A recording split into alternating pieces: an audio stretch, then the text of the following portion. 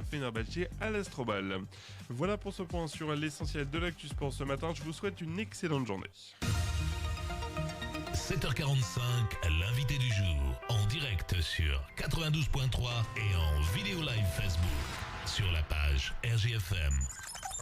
Les fêtes de fin d'année approchent et peut-être que vous êtes en train de réfléchir ce que vous allez pouvoir mettre sur votre table, épater vos amis, pourquoi pas, et votre famille. Eh bien, le rendez-vous peut-être où il faut aller pour justement pour avoir des éléments en main, c'est le Salon des vins et terroirs de France. Il s'ouvre ce soir du côté du parc des expositions.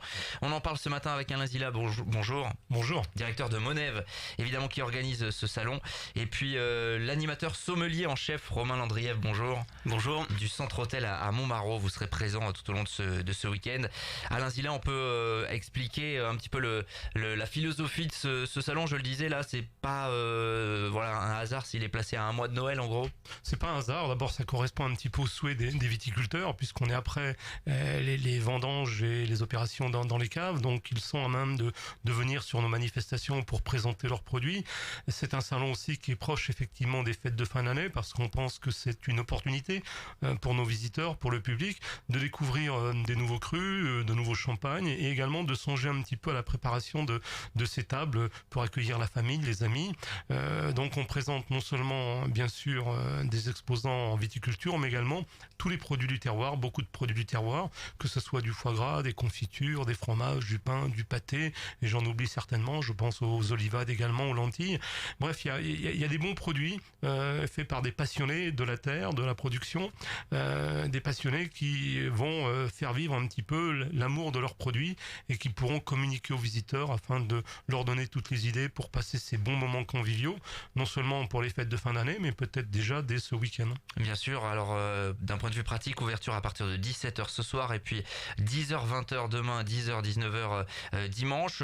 Comment ça se passe? Ce sont des exposants que vous connaissez vis-à-vis de la foire ou pas forcément tous, certains que vous connaissez de réputation, pourquoi pas? C'est surtout pas, ce ne sont pas les exposants de la foire, parce que pour les raisons que j'évoquais tout à l'heure, à savoir que la foire se déroule début octobre et que les viticulteurs ne peuvent pratiquement pas venir sur notre manifestation, ce sont d'autres exposants qu'on a connus lors de la première édition de ce salon et qui nous sont fidèles, et également quelques nouveaux.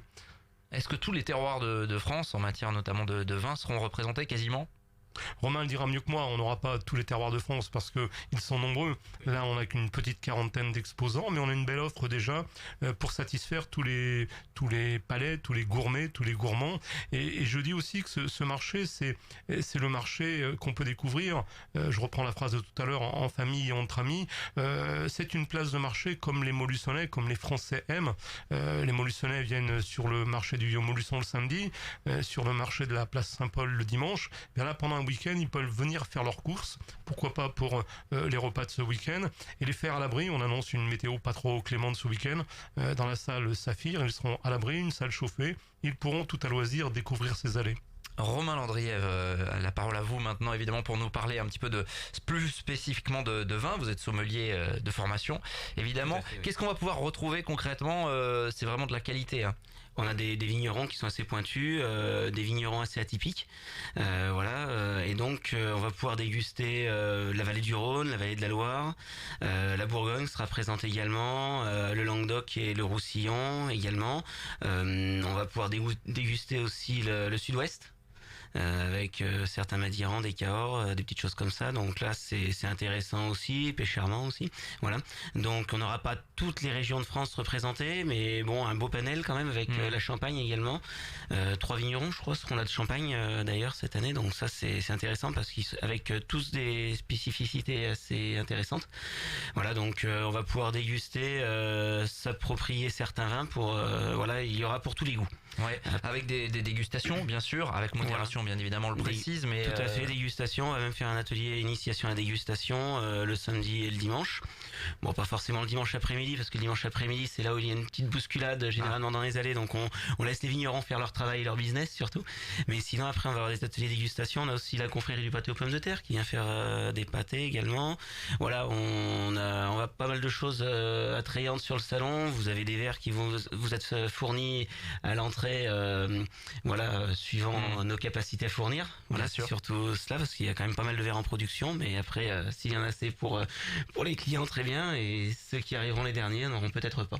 Voilà. Alors vous qui êtes le spécialiste, pour les gens qui sont pas forcément grands connaisseurs de vin, ça serait quoi le conseil finalement à donner avant de venir et une fois sur place? Le principal, c'est de venir, de déguster, et après d'apprécier ou non le vin.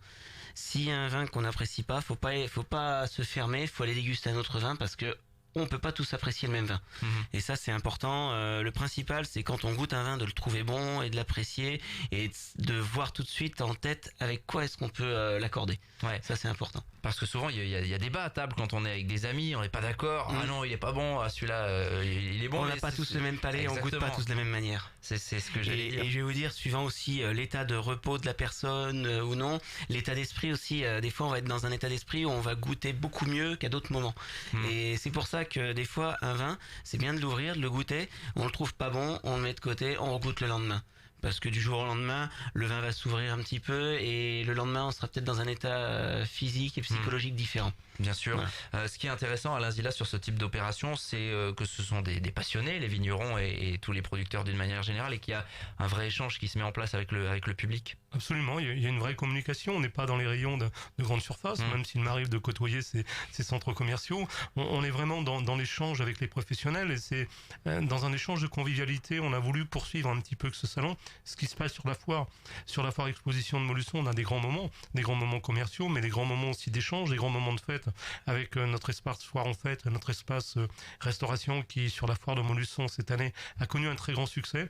Et on va poursuivre sur cette réussite avec Dumont Traiteur, qui proposera un très beau stand de restauration, qui accueillera les visiteurs pour les déjeuners, le dîner à partir de ce soir jusqu'à dimanche midi.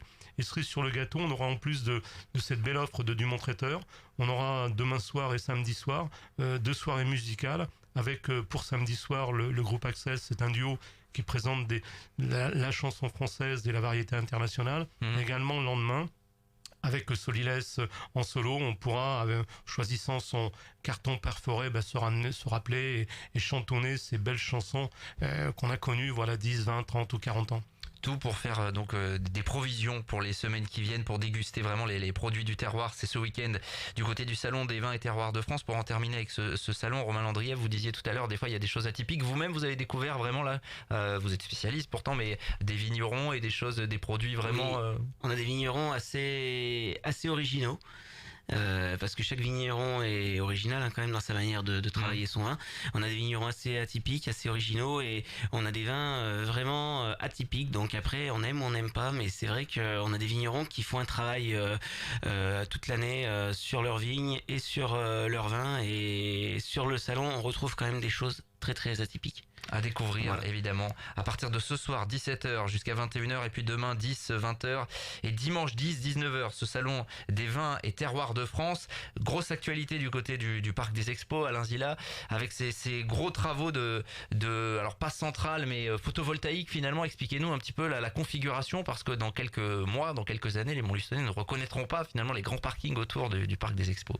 Oui, on a été retenu dans le cadre d'un appel d'offres qu'on a porté avec le groupe Photosol pour construire à Montluçon la plus grande ombrière photovoltaïque en France, puisqu'elle va s'étendre sur une quinzaine d'hectares. Elle produira de l'électricité pour 12 000 personnes hors chauffage, et les travaux ont d'ores et déjà commencé, puisque nous sommes sur la phase de défrichage, d'abattage et de terrassement qui va avoir lieu de maintenant. Les travaux ont commencé en début de semaine jusqu'à fin février, et ensuite dans une deuxième phase, ce sera l'installation de ces ombrières, et après les panneaux photovoltaïques sur ces supports d'ombrières. C'est une phase qui devrait se terminer au milieu de l'année 2021. Donc ce sera très rapide. Il faut rappeler que c'est un chantier conséquent, et je crois que c'est bien pour Monève, parce que ça aura des moyens à notre association d'entretenir encore mieux le parc, les expositions, de renforcer la qualité de nos halls. Nos dirigeants, nos élus de Monève vont d'ailleurs prendre des décisions à cet égard dès la fin de l'année pour peut-être dès l'année prochaine entamer la rénovation d'un hall. Et c'est bien aussi ce chantier d'ombrière photovoltaïque pour le bassin Molusonnais. Je crois que c'est un plus et ça valorisera incontestablement nos métiers, notre parc et nos activités. Et ça permet de valoriser des espaces de parking, finalement, c'est tout bénéfice, j'ai envie de dire. Absolument, puisqu'on va gagner de nombreuses places, et puis il y aura un confort surtout sur nos visiteurs, il ne faut pas se voiler la face. On avait des parkings qui avaient le mérite d'exister parce qu'il y avait de nombreuses places, mais c'était pas d'un absolu confort. Donc là, on va avoir des surfaces retraitées, à nouveau arborées, les arbres sont plus à la même place qu'avant, mais ils borderont la route, et il y aura donc un site tout à fait exceptionnel qui va être proposé à nos visiteurs. Bon, vous travaillez, j'imagine, déjà sur la foire 2020. Le thème, c'est pas encore signé, pas encore définitif? Non, on est sur 3 thèmes donc qui vont être présentés à notre public sur les années 2020, 2021, 2022. Le thème 2020 est arrêté et voté par nos élus, mais le contrat n'étant pas signé, le sujet ne sera dévoilé qu'en cette fin d'année. Bon, on s'appelle pour évidemment se tenir au courant de tout ça. En attendant, il y a le Salon des vins et terroirs de France à partir de ce soir et tout au long du week-end au Parc des Expositions. Merci à tous les deux d'être venus en parler à notre micro ce matin. Il est 7h57, c'est la suite du Good Morning Montlu. 7h45, l'invité du jour. En direct sur 92.3 et en Facebook Live vidéo sur la page RGFM.